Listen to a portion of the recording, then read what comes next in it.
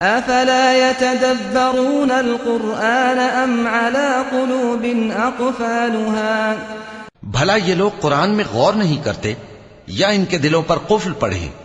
ان الذين ارتدوا اعوذ باللہ من الشیطان الرجیم، بسم اللہ الرحمن الرحیم۔ تمام تعریفیں اس پروردگار عالم کے لیے ہیں جو عالمین کا پالنے والا ہے۔ درود و سلام ہو محمد وآل محمد علیہ الصلاۃ والسلام پر۔ عزیز ناظرین، السلام علیکم ورحمۃ اللہ۔ پروگرام درس قرآن میں آپ سبھی کا ہم استقبال کرتے ہیں۔ پچھلا جو 2 ایپیسوڈ گزرا ہے ان میں ہم نے یہ گفتگو کی تھی کہ انسان کو اللہ نے آزاد یعنی خلق کیا ہے یا وہ مجبور ہے، تو اس میں آغا نے بہت سی باتیں بتائی قرآن کی آیات کے ذریعے کہ اللہ نے انسان کو مجبور پیدا نہیں کیا ہے بلکہ اسے آزادی دی ہے، اور وہ کن چیزوں میں یہ ساری باتیں ہوئی تھی۔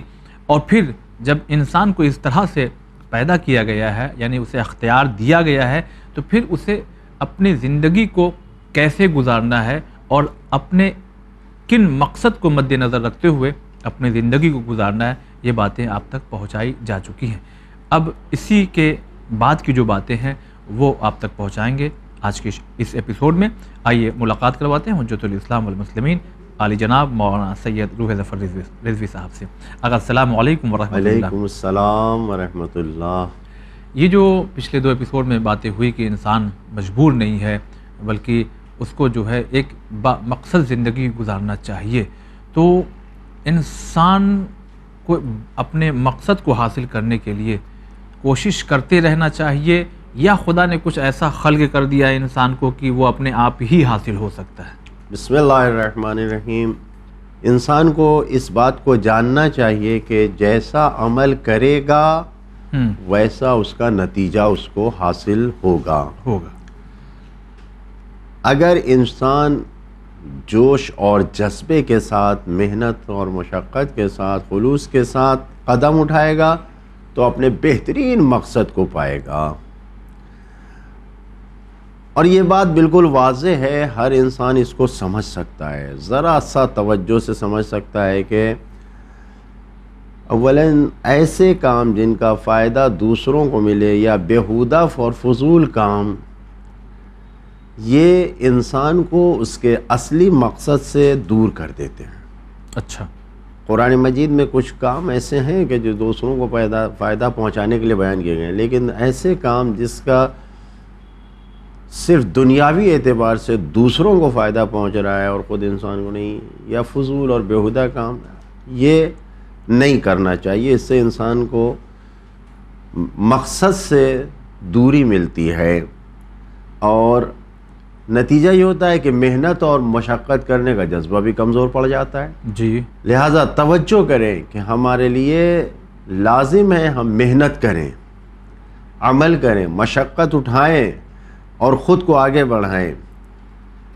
تو پہلی بات تو یہ ہے کہ جب انسان محنت کرے گا تو اس کی کوششیں برباد نہیں ہوتی۔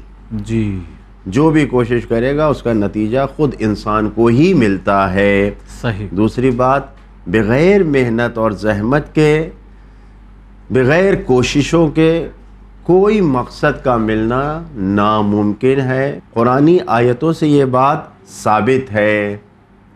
سورہ زلزال کی 7ویں 8ویں آیت کو اگر انسان بغور پڑھتا ہے، صرف ترجمے کی حد تک بھی اگر اس کو انسان دیکھتا ہے، فَمَن يَعْمَلْ مِثْقَالَ ذَرَّةٍ خَيْرًا يَرَهُ وَمَن يَعْمَلْ مِثْقَالَ ذَرَّةٍ شَرًّا يَرَهُ، یعنی اگر ذرہ برابر بھی، یہ اردو عربی سب میں ذرہ وہی ہے، بالکل باریک ذرہ برابر بھی اگر انسان نے اچھائی کی، خیر کیا، وہ اس کو پائے گا، اس کو دیکھے گا۔ کیا مطلب؟ یعنی اس کا نتیجہ انسان کے سامنے آئے گا۔ جی جی، چاہے وہ عمل اچھا ہو یا برا، نتیجہ دیکھے گا، نتیجہ دیکھے گا۔ اچھے عمل کا اچھا نتیجہ دیکھے گا یا رہو، برے عمل کا برا نتیجہ دیکھے گا یا رہو۔ یہ بات ثابت ہے۔ یا سورہ نساء کی 133 نمبر میں آیت میں ہے مَن یعمل سوءا یجزا بہ، جو برا کام کرے گا اس کو ویسے ہی اس کا بدلہ جزا دیا جائے گا۔ ایسی آیتیں جو قرآن مجید میں ہیں، جو اہل تحقیق بھی اس بات کو دیکھ سکتے ہیں کہ جن میں عملو یا یعملون تعملون، یہ سب عاملون، یہ سب جو آیا ہے یہ وہ آیتیں ہیں کہ جن میں بتایا جا رہا ہے کہ انسان کو عمل کرنا ہے. ان آیتوں میں بتایا جا رہا ہے کہ تم کیسا عمل کر رہے ہو، اچھا اور نیک عمل کر رہے ہو تو تمہارے لیے کیا کیا ہیں، اور اگر برے عمل کر رہے ہو تو تم خود جانتے ہو کہ تم نے جس مقصد کے لیے عمل کو انجام دیا ہے وہ تمہارے سامنے آئے گا، وہ تمہارے قدموں کی زنجیر بن جائے گا. یہ واضح طریقے سے ہے بیان کیا گیا ہے. سورہ حج کی 77 نمبر آیت میں ہے وَافْعَلُوا الْخَيْرَ لَعَلَّكُمْ تُفْلِحُونَ، اچھے کام کرو تاکہ تمہیں فلاح و نجات مل جائے. یعنی جو مقصد ہے انسان کا فلاح و رستگاری، آخرت کی سعادت مندی، وہ نیکی کرنے میں ہے. جی وَافْعَلُوا الْخَيْرَ. قرآن مجید کی ایسی آیتیں ہیں کہ جہاں پر کام کرنے کو، محنت کرنے کو کہا گیا کہ اگر جب تم محنت کرو گے تو تمہیں جزا ملے گی، انعام ملے گی، مقصد تمہارا اسی کے ذریعے حاصل ہوگا. سورہ یونس کی 52 نمبر آیت میں ہے هل تجزون الا بما کنتم تکسبون، کیا تم سوچتے ہو کہ تمہیں جزا مل جائے گی سوائے اس کے جو تم نے کمایا ہے؟ یعنی بغیر محنت و مشقت کے تمہیں کچھ انعام مل جائے گا. جزاء بما کانوا یکسبون، یہ جو سورہ توبہ میں آیا ہے آیت نمبر 95 غالباً، کہ جو کچھ تمہیں مل رہا ہے یہ تمہاری کمائے ہوئے تمہاری محنتوں کا صلہ ہے. اچھی محنتیں کیا ہے تو اچھا مل رہا ہے، خراب محنتیں کیا ہے تو خراب مل رہا ہے. یہ آیتیں ہیں کہ جس میں بیان کیا گیا ہے کہ جو انسان کرے گا ویسا ملے گا. کچھ آیتیں ایسی بھی ہیں جن میں یہ ہے کہ انسان جو کرے گا اس کا نتیجہ خود انسان کو ہی ملے گا. جی یہ آیتیں بھی اسی بات کے اوپر تاکید کر رہی ہیں. سورہ اسراء بنی اسرائیل کی جسے کہا جاتا ہے اس کی 7ویں آیت میں ان احسنتم لانفسکم وان اسأتم، تو اگر تم نے اچھا کیا تو اپنے لیے اچھا کیا. صحیح. جو کچھ تم کرو گے، جو کچھ بھی ہے وہ سب تم اپنے لیے کر رہے ہو، کسی دوسرے کے لیے نہیں. ان احسنتم لانفسکم، خود کے لیے کیا ہے. وَإِنْ أَسَأْتُمْ فَلَهَا، اگر خدا نہ کرتا تم نے برا کیا تو وہ بھی تم نے اپنے ہی حق میں برا کیا ہے. یعنی خود پر ظلم کیا ہے، کسی اور پر ظلم نہیں. سورہ انعام کی 104 نمبر آیت میں ہے قَدْ جَاءَكُمْ بَصَائِرٌ مِّن رَبِّكُمْ فَمَنْ أَبْصَرَ فَلِنَفْسِهِ وَمَنْ عَمِيَ فَعَلَيْهَا. یعنی خداوند عالم نے بصیرتوں کو تمہارے سامنے کھول کر پیش کر دیا، بھیج دیا ہے. قرآن تمہارے سامنے ایک بصیرت ہے، دیکھو تو اس کو. صحیح. اس میں تمہارے لیے کامیابی کا راستہ ہے، نیک انسان بننے کا راستہ ہے، سب کچھ ہے. اب اگر فمن ابصر فلنفسہ، اگر کوئی اس سے درس حاصل کر لے گا خود کو فائدہ پہنچائے گا.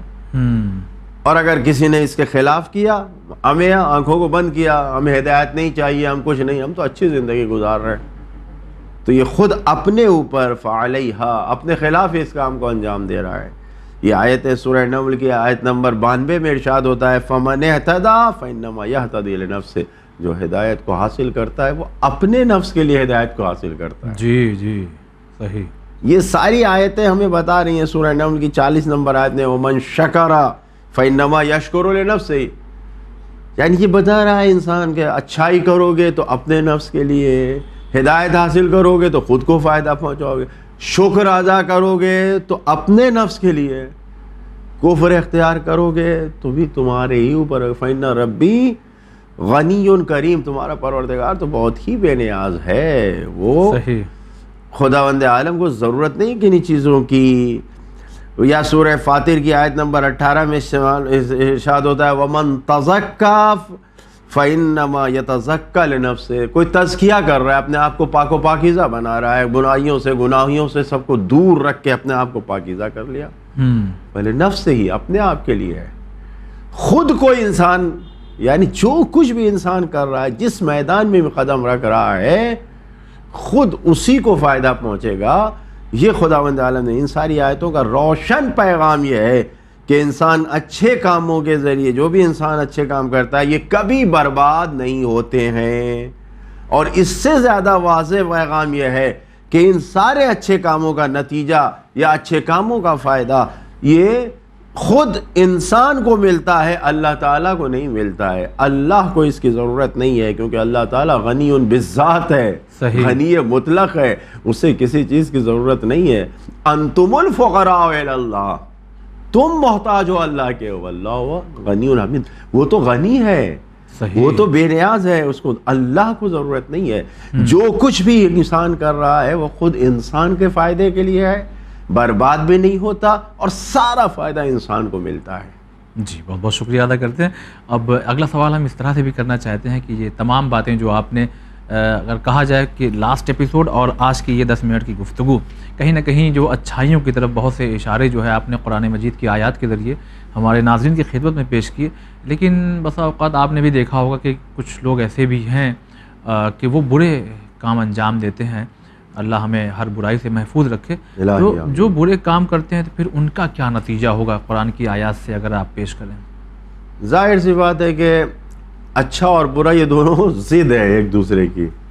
اچھائی کے لیے سب کچھ بیان کیا گیا، لیکن خود خداوند عالم نے قرآن مجید میں یہ بھی بیان کیا ہے کہ برے کام کا نتیجہ بھی انسان تک ہی پہنچتا ہے.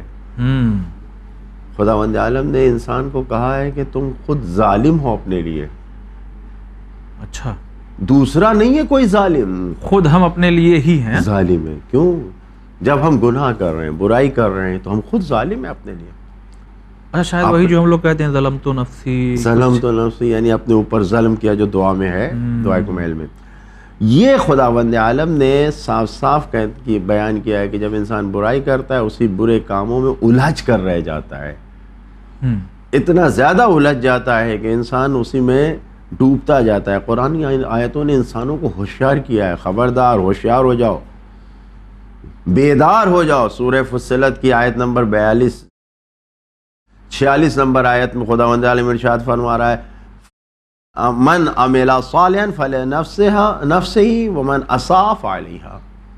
جو نیک عمل انجام دے گا وہ اپنے آپ کے لیے، ومن اساء، جو برے کام کرے گا فعلیہا، یعنی اپنے خلاف کسی بھی برے کام کا نتیجہ یا برے کام کا رزلٹ غیروں تک نہیں پہنچتا.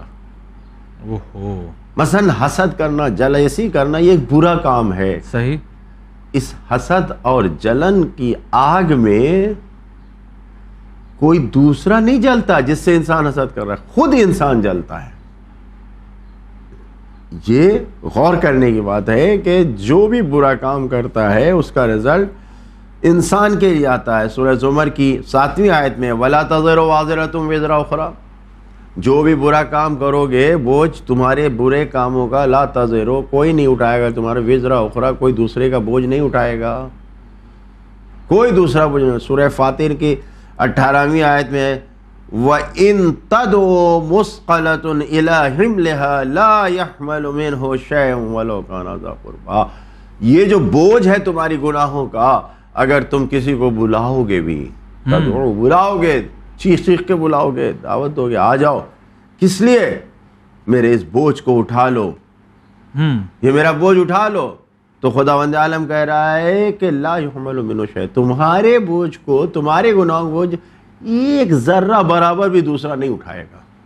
یعنی یہ جو اکثر دیکھنے سننے میں بات آتی ہے کہ ایک صاحب ہیں جو اپنے بچوں کے لیے یا بھائیوں کے لیے، گھر والوں کے لیے، اکثر ایسا ہوتا ہے کہ حرام کام کر رہے ہیں، کسی کی زمین لے لی، تو یہ محشر میں ہو سکتا ہے کہ بچے وغیرہ آزاد رہے، یہ پھنسیں گے. بالکل 100% یہی ہونے والا ہے، اور یہی ہے، حقیقت ہے. جو انسان برا کرے گا اس برے کام کا، جیسے آپ نے کہا مال لے لیا، زمین لے لیا، گھر لے لیا، ہم نے برا کام کیا، یہ اس کا اثر ہمارے بچوں پہ نہیں ہوگا. ان کو کیوں ہوگا؟ اگر ہمارے بچے ہمارے کام میں شریک ہیں تو ان کے اوپر بھی عذاب ہوگا. لیکن اگر انہیں خبر ہی نہیں ہے کہ ہمارا باپ نے یہ جائز لا کے دیا یا ناجائز، تو وہ تو اسے جائز ہی سمجھیں گے. ہاں صحیح بات. تو خود ہم نے برا کام کیا ہے، اس کا بوجھ ہم اٹھائیں گے، دوسرا ذا قربہ، کوئی قرابت دار، کوئی عزیز رشتہ دار نہیں اٹھائے گا. یعنی محشر میں یہ چلاتے رہیں بیٹا ذرا سا، کوئی مددگار نہیں ہے. یعنی سورہ انعام کی 166 نمبر آیت میں ارشاد ہوتا ہے وَلَا تَكْسِبُ كُلُّ نَفْسٍ إِلَّا عَلَيْهَا وَلَا تَزِرُ وَازِرَةٌ وِزْرَ أُخْرَىٰ. کوئی انسان، جو کچھ بھی انسان نے کیا ہے، جیسا بھی کام برا کیا ہے، وہ خود انسان کے خلاف جائے گا اور کوئی اس کا بوجھ دوسرا نہیں اٹھائے گا. کتنی آیتوں میں یہ بار بار خداوند عالم کہہ رہا ہے. سب سے جامع آیت سورہ نجم میں یہ آیت ہے کہ اللہ تزر وازرۃ وزر اخری وان لیس للانسان الا ما سعى وان سعيه سوف يرى. یہ ساری آیتیں کیا بیان کر رہی ہیں کہ اللہ نے اپنے نبیوں کے ذریعے یہ پیغام پہنچایا ہے، ایک ایک تک پہنچایا ہے کہ جان لو کہ جیسا کرو گے ویسا ملے گا.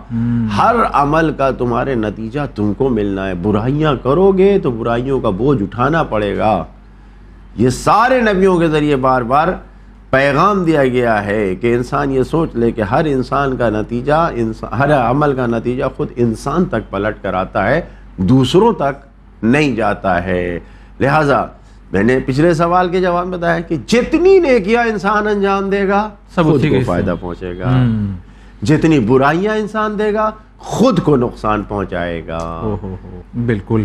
اچھا یہ بھی ہم پوچھنا چاہتے ہیں کہ جب بات قرآن کی آیات سے ہی آپ ہر بات کو جواب دے رہے ہیں تو اسی قرآن میں تقریباً 6-7 یا 8 جگہ جو ہے وہ شفاعت کے سلسلے سے آیات موجود ہیں کہ شفاعت ہوگی، کبھی خدا کے اذن سے ہوگی، کبھی یعنی الگ الگ آیتیں ہیں.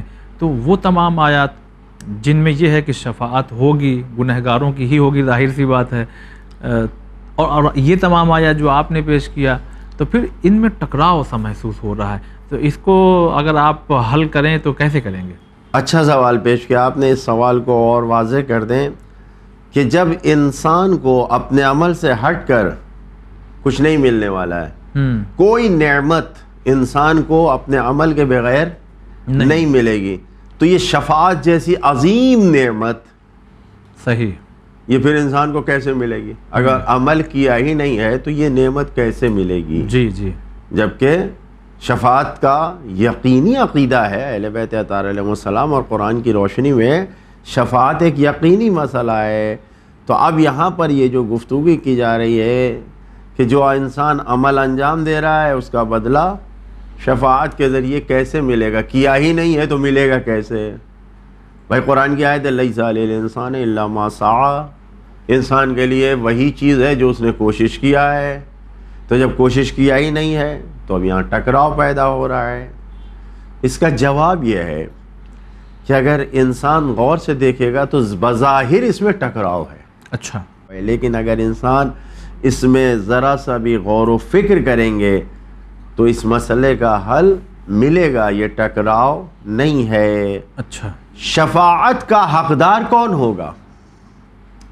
جن آیتوں میں شفاعت کا تذکرہ ہے وہاں پر شرائط بھی بیان کیے گئے ہیں. شفاعت بھی کنڈیشنز اور شرطوں کے ساتھ ملے گی. اچھا، ایسا نہیں ہے کہ انسان بے عمل، برے عمل والا انسان جس کا کوئی سر پیر نہیں ہے، ایسے انسانوں کی شفاعت ہو جائے گی. شفاعت کی کنڈیشنز اور جو شرطیں بیان کی گئی ہیں وہی شرطیں انسان کو شفاعت دلائیں گی، لیکن اس کو بھی یعنی ان شرطوں کو بھی انسان کو حاصل کرنا پڑے گا. عمل پھر آ گیا. اچھا، انہی شرائط میں عمل آ گیا. ان شرطوں کو حاصل کرنے کے لیے انسان کو قدم بڑھانا پڑے گا. یعنی بغیر عمل کے شفاعت بھی نہیں حاصل کرے گا. جی، اس طریقے کے اعتراض قرآن کی دوسری آیتوں کے ذریعے بھی کیے گئے ہیں. صرف شفاعت ہی پہ نہیں ہے. اچھا، قرآن مجید میں مگر نہیں آیا من جاء بالحسنۃ فلہ عشر امثالہا، ایک نیکی کرو گے اس کو 10 بدلہ ملے گا. اس سے بڑھ کے قرآن مجید کی آیت ہے واللہ یضاعف لمن یشاء، خداوند عالم بڑھا دیتا ہے، بہت بڑھا دیتا ہے جس کے لیے چاہتا ہے. مقابلے میں اس کے کن آیتوں کو لایا گیا؟ هل تجزون الا بما کنتم تکسبون، کیا تم سوائے اس کے کوئی بدلہ پاؤ گے جو تمہارے لیے تم نے کیا ہے؟ ایک نیکی 10 تو ایک کے بدلے میں 10 تو 9 فری میں مل رہا ہے نا. یا ایک کیا ہے پتہ نہیں کتنا بڑھا کے ملے گا. اور یہاں کہہ رہا ہے خداوند عالم کہ جو ملے گا وہ تمہارے عمل کی وجہ سے ملے گا. تو یہاں پر بھی تو ٹکراؤ ہو گیا. اس کا جواب بھی وہی ہے، یہ سب کے لیے نہیں ہے. اچھا، من جاء بالحسنۃ فلہ عشر امثالہا، وہ انسان جو نیکی کو تمام شرطوں کے ساتھ انجام دے گا، تب تقویٰ کے ساتھ انجام دے گا. چوری کا مال لا کے دوسروں کو خیرات کر دینا، جیسا کہ چھٹے امام کے زمانے کا واقعہ ہے جی کہ ایک دکان سے چوری کر کے جا کے بانٹتا تھا. پوچھا کیوں؟ تو کہا میں نے چوری ایک کی ہے، ثواب مجھے 10 کا مل رہا ہے، تو ایک ایک ختم ہو جائے گا، پھر تو 9 بچے گا نا میرے لیے. اچھا، امام نے کہا وہ تقویٰ کے ساتھ ہے. یعنی ایسا عمل قابل قبول نہیں ہے. نہیں، من جاء بالحسنۃ فلہ عشر امثالھا اس کے لیے ہے کہ جو تمام اس نیکی کو بھی تمام شرطوں کے ساتھ انجام دے رہا ہے. یعنی ایسے بیان کیا جا رہا ہے کہ اگر تم ان اعمال کو شرطوں کے ساتھ کرو گے تو سب کچھ تمہیں ملے گا اللہ کی مدد. بہرحال ان آیتوں کا مطلب ہرگز ایسا نہیں ہے کہ انسان بغیر محنتوں کے صلہ پائے گا. جو انسان محنت کرے گا، شفاعت ہو، اللہ کا تفضل اور فضل. بھئی یہ تفضل و فضل و کرم ہی تو ہے کہ ایک کے بدلے 10 دے رہا ہے. جی بالکل، ایک کے بدلے لاتا. تو یہ فضل و کرم خداوند عالم کا، یہ شفاعت خدا اور رسول اور ائمہ معصومین کی جانب سے، یہ ساری چیزیں انسان کو انسان کے عمل کے مقابلے میں ملے گی. ایسا نہیں ہے کہ بے عمل انسان کو شفاعت مل جائے. اور اگر خدا نہ خواستہ یہ شرطیں نہیں پائی جاتی تو پھر انسان کو کچھ بھی نہیں ملے گا، گھاٹے میں رہے گا انسان. خداوند عالم سے یہ دعا کرتے ہیں کہ ہم سب کو ایسا عمل انجام دینے کی توفیق دے جیسا خود خداوند عالم پسند کرتا ہے. الہی آمین یا رب العالمین. بہت بہت شکریہ ادا کرتے ہیں. تو ناظرین، آج بھی وقت ضرور تمام ہو گیا ہے، لیکن قرآنی زندگی کیسی ہونی چاہیے آپ نے محسوس کیا ہوگا اس پروگرام میں اور گزرے ہوئے ان 2 ایپیسوڈ میں بھی کہ ہمیں اپنے مقصد پر نظر رکھنی چاہیے. یوں کہا جائے ایم ہمارے ذہن میں ہمیشہ ہونا چاہیے، اور وہ مقصد یہی ہے کہ ہم برائیوں سے دور رہیں، اچھائیوں نیکیاں کرتے ہوئے اس مقام کو حاصل کریں جو جنت میں خداوند عالم نے ہر نیک بندوں کے لیے معین کیا ہے. انشاءاللہ اگلے ایپیسوڈ میں اور بھی بہت سی باتیں ہیں جن کے جوابات آپ تک پہنچائے جائیں گے. آج کے لیے بس اتنا ہی. والسلام علیکم ورحمۃ اللہ.